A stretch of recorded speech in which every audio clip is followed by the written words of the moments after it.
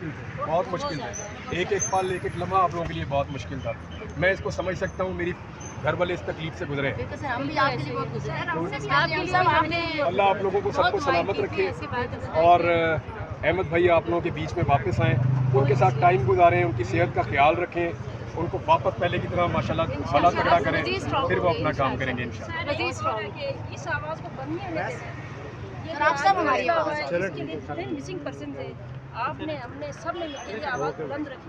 बहन ऐसा नहीं कि हमारा मकसद देखिए, मुझे खुशी इस बात की है कि सब इकट्ठे हुए और सब ने मिलकर, यहाँ पे वो लोग भी थे जिन्हें नज़रियाती इख्तलाफ भी है, लेकिन वो सारे मौजूद थे और उन्होंने कहा नहीं, नज़रियाती इख्तलाफ अपनी जगह पे, जो इंसानियत है और जो रूल ऑफ लॉ है वो होना चाहिए।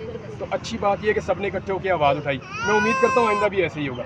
माँ जी तुसी जाओ, घर जाओ, इंशाल्लाह घर आ जाएंगे इंशाल्लाह। हम सब मीडिया जी जी ज़रूर। मैं फोटो बना जी सर, देखिए देखिए देखिए इधर देखिए